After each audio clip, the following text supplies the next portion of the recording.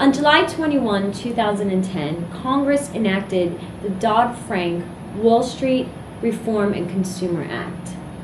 Part of that act, Section 922H specifically, provides robust anti-retaliation protection for employees. Dodd-Frank was born in the wake of the financial crisis, and its intent is to incentivize employees to speak out against securities violations. Although Dodd-Frank has attempted to give Sarbanes-Oxley, SOX, the teeth that it never had, Section 922H is even more encompassing. Turning to our top 5 list. First is coverage. Who is covered under this provision? Well, all employees are covered. Unlike SOX, which only covers employees of publicly traded companies and their subsidiaries, Section 922H covers employees of both private and public companies. Next, reporting. Where must an employee report the violation? Well, to receive protection under this anti-retaliation provision, an employee must report directly to the SEC. They will not receive any protection for reporting internally.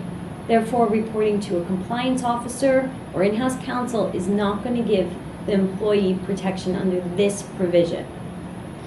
Next, the type of reporting. What type of reporting is required?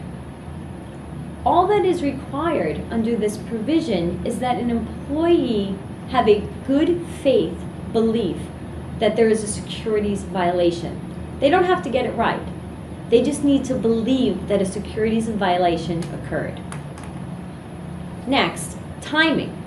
How long does an employee have to avail themselves to the anti-retaliation protection? An employee can file directly in federal court within 6 years of the retaliatory conduct, or within 3 years of when the employee knew or should have known of the retaliatory conduct. However, they cannot exceed 10 years from the date of the violation.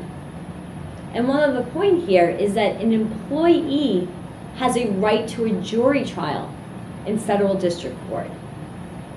Finally, remedies. What remedies are available to an employee?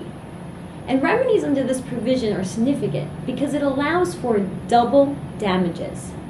It also allows for reinstatement within the same position, in the same seniority, and litigation costs, including attorney fees and expert report fees. It's also important to note that these remedies, although significant, are completely independent from the potential bounty that an employee would be entitled to under the Act. The Dodd-Frank Whistleblower Program has initiated a new era in securities regulation. The program is still in its infancy, so only time will tell. But the hope, the intent, is that it will incentivize employees to take a stand and speak out against corporate fraud.